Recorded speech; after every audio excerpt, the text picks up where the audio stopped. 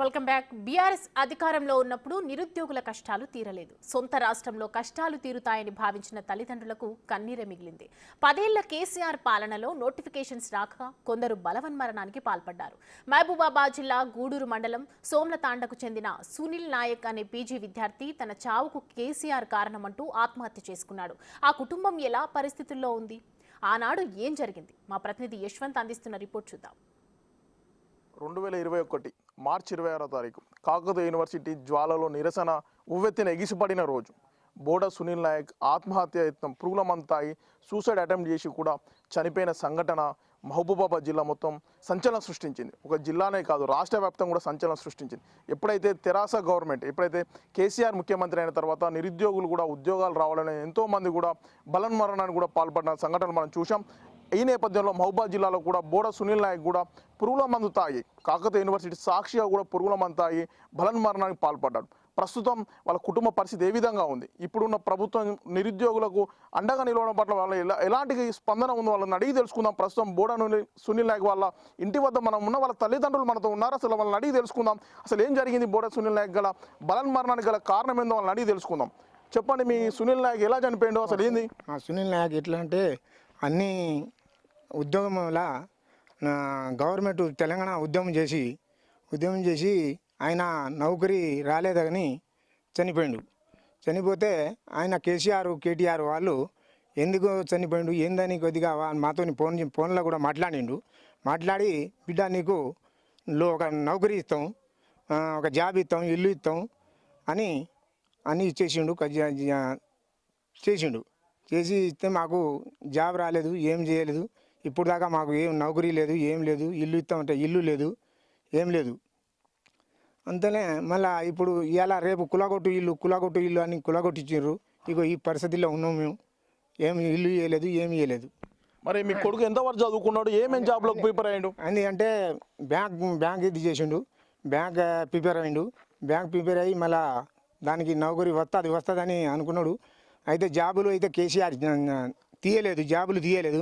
మన ఈ రేవంత్ రెడ్డి అయితే నమస్తే ధర వీళ్ళు తీస్తాండు, అందరికీ నౌకరీ ఇస్తాండు. ఇప్పుడు కూడా మా కొడుకు వాళ్ళగా అందరూ సావద్దు, అందరికీ నౌకరీ మంచి సంతోషంగా ఉన్నారు. మాకు కూడా ఆదుకోవాలని, మా కొడుకుకు ఒక నౌకరీ ఇవ్వాలని, మాకు ఒక జాబ్ అని ఇగో ఇట్లా ఇచ్చిండ్రు. వాళ్ళు పేపర్ ఇచ్చిండ్రు కానీ మాకు ఏమి ఇవ్వలేదు. కానీ మా రేవంత్ రెడ్డి మాకు నౌకరీ ఇవ్వాలి, ఇల్లు ఇవ్వాలి అని కోరుకుంటున్నాను. అసలు మీ సునీల్ నాయక్ ఎందుకు చనిపోయిండు, ఎక్కడ చనిపోయిండు? యూనివర్సిటీలో చనిపోయిండు. నాకు తెలియలేదు. ఉస్మానియా యూనివర్సిటీ చనిపోయిండు. హాస్పిటల్లో చనిపోయిండు. చనిపోతే అక్కడ నుంచి తీసుకువచ్చి కార్లు గీర్లు అన్ని తీసుకువచ్చి అన్ని పబ్లిక్ తీసుకువచ్చి కలబెట్టేసారు. అయితే ముఖ్యంగా మరి సునీల్ నాయక్ చనిపోయేటప్పుడు తన చావుకు కారణం ఎవరి పేరు చెప్పిండు? కేసీఆర్ పేరు చెప్పిండు. కేసీఆర్ పేరు ఇగో మాకు నౌకరీ ఇస్తలేడు, ఏమీ ఇస్తలేడు, మేము ప్రిపేర్ అయినాం నాయన కానీ నేను ఒక నౌకరీ తీస్తలేడు, ఏం లేదని చనిపోయిండు. కేసీఆర్ నౌకరీ ఇస్తాని అంత ఊబిచ్చి గెలిపించి ఎంత కొడుకులకు నౌకరీ ఇస్తాని ఊబి అంత చదువు నేర్చిన వాళ్ళు అంత ఆగం చేసి అంత కుటుంబంకి ఖరాబ్ చేసినారు. అయితే నా కొడుకు కొంచెం ఇంచులనే ఏసఐ నౌకరీ వచ్చింది. ఏసఐ నౌకరీ వస్తే నీకు ఎత్తుల లేదని అక్కడ తీసేసినారు. మళ్ళీ పోలీసులో వచ్చింది, పోలీసులో కూడా తీసేసినారు.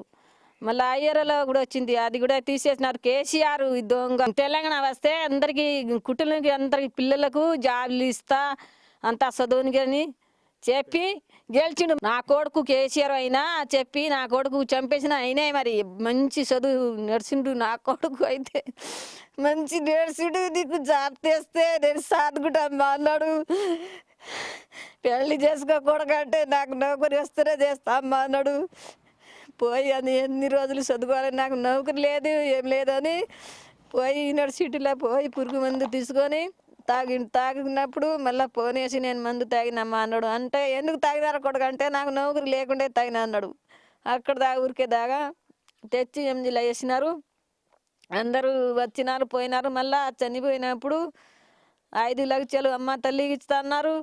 ఇల్లు ఇస్తున్నారు, ఇల్లు భూమి మీద కూడా పైసలు ఇస్తున్నారు, నాకు జాబ్ ఇస్తున్నారు. ఏం లేకుండా ఖాళీగా కొడుకు తోటి ఏడ్చుకుంటా ఉన్నాను. గత 10 ఏళ్లలో తన కొడుకు తెలంగాణ ఉద్యమంలో పాల్గొన్నాడు. తెలంగాణ ఉద్యమంలో పాల్గొని ఉద్యోగం వస్తే ఉద్యోగం మొత్తం కుటుంబం బాగుంటుందని ఎన్నో కలలు కన్న నేపథ్యం కూడా కనపడుతున్న పరిస్థితి కనపడుతుంది. ఏదేమైనప్పటికీ కూడా గత 10 ఏళ్లలో ఎంతో మంది నిరుద్యోగులు చావుకు కూడా కాలు చాపారని కూడా చెప్తున్న పరిస్థితి కనపడుతుంది. గత 10 ఏళ్లలో తమకు న్యాయం జరగలేదు. ఇప్పటికైనా రేవంత్ సర్కార్ ఈ ఏడాది కాలంలో ఎన్నో ఉద్యోగాలు కూడా భర్తీ చేస్తూ ఉన్నారు. చాలా కూడా నిరుద్యోగులు హర్షం వ్యక్తం చేస్తున్నారని కూడా ఇక్కడ వాళ్ళ సునీల్ నాయక్ తల్లిదండ్రులు కూడా చెప్తున్న పరిస్థితి కనబడుతుంది. ఈ నేపథ్యంలో తమ కుటుంబాన్ని కూడా ఏదైతే నిరుద్యోగులకు ఉద్యోగాలు ఇచ్చి ఆదుకుంటున్న రేవంత్ సర్కార్ తమ కుటుంబాన్ని కూడా ఆదుకోవాలని ప్రధానమైన డిమాండ్ కనబడుతుంది. ఇదే ఇక్కడి పరిస్థితి. వీడియో జర్నలిస్ట్ వీరేందర్తో యశ్వంత్, బిగ్ టీవీ, గూడూరు నుండి.